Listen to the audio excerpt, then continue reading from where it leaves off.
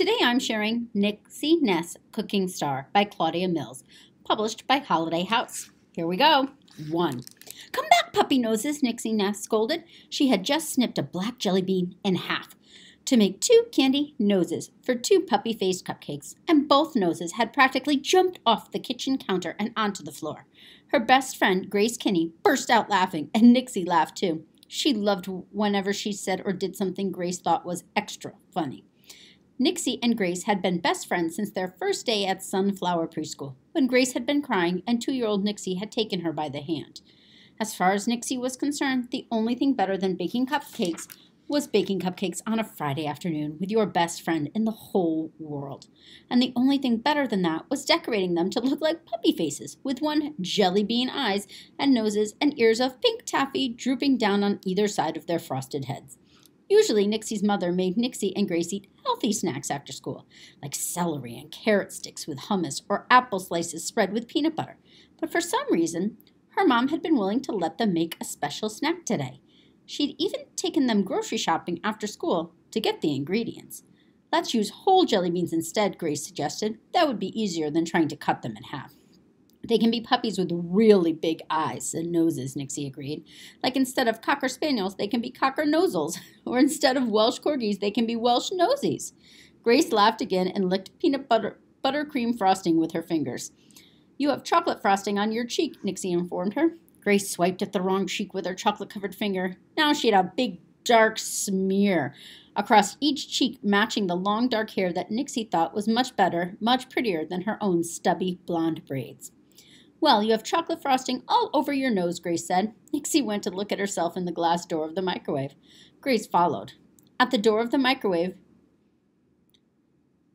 at the sight of their matching chocolate-covered faces, both girls burst out laughing again. We're the chocolate frosting twins, Nixie said.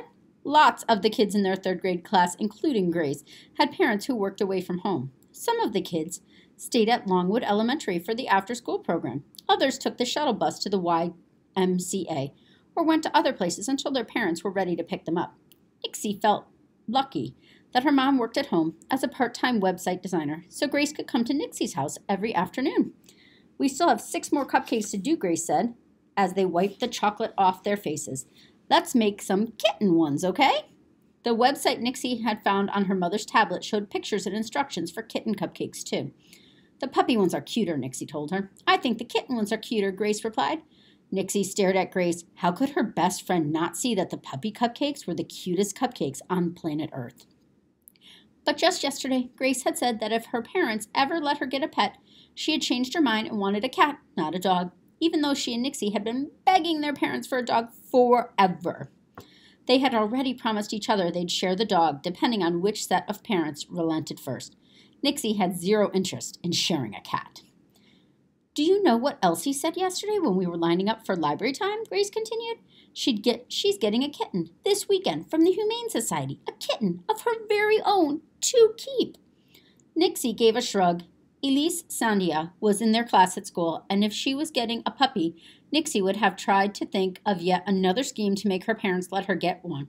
But Elise could have 100,000 kittens, and Nixie wouldn't mind a bit.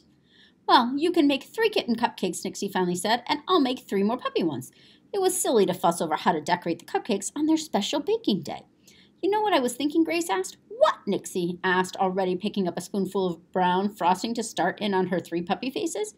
We could invite Elise to come over to your house with us after school sometime. Her dad works at home like your mom does, so she doesn't go to any after-school program either.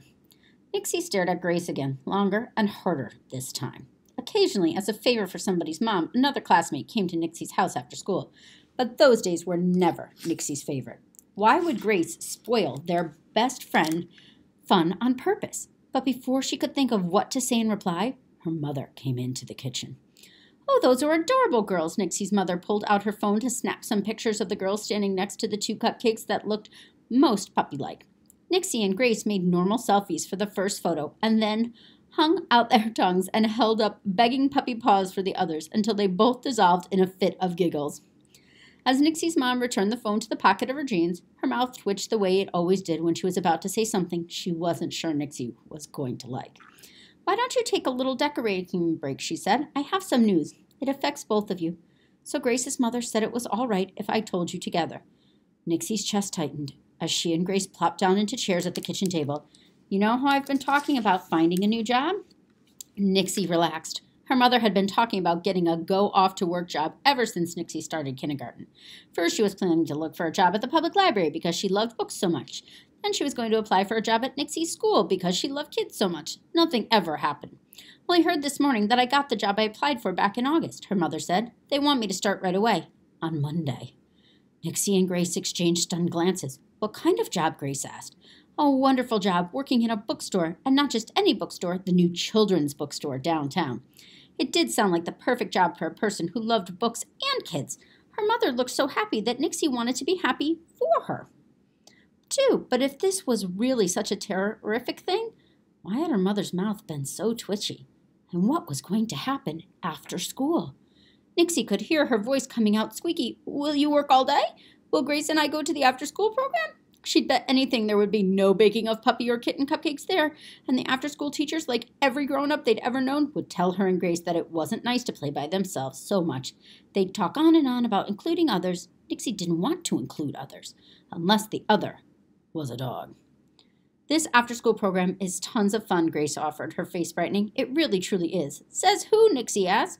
Says everybody, Grace asked. Nixie had heard over morning announcements that Longwood Elementary School had a new program this year called After School Superstars, with a different camp for each grade each month.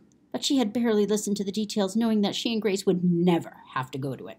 Grace kept on talking. I forgot what the first camp was, the one we already missed. But the next camp for our grade is, ta-da! A cooking camp. I think we'll like it, Nixie.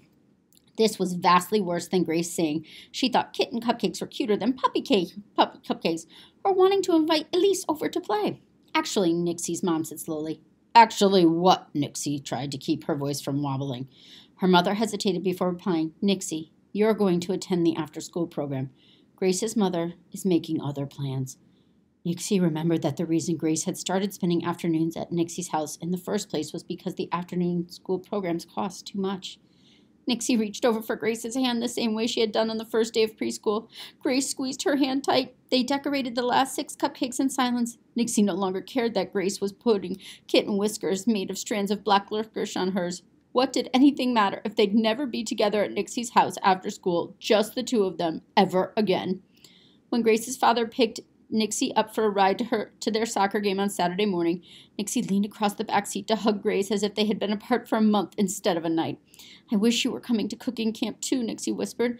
How could Nixie go to an after-school program without her best friend by her side? And what would Grace do after school every day without her? Did your mom figure out what they're doing instead? Grace gave her a reassuring smile. It's going to be okay.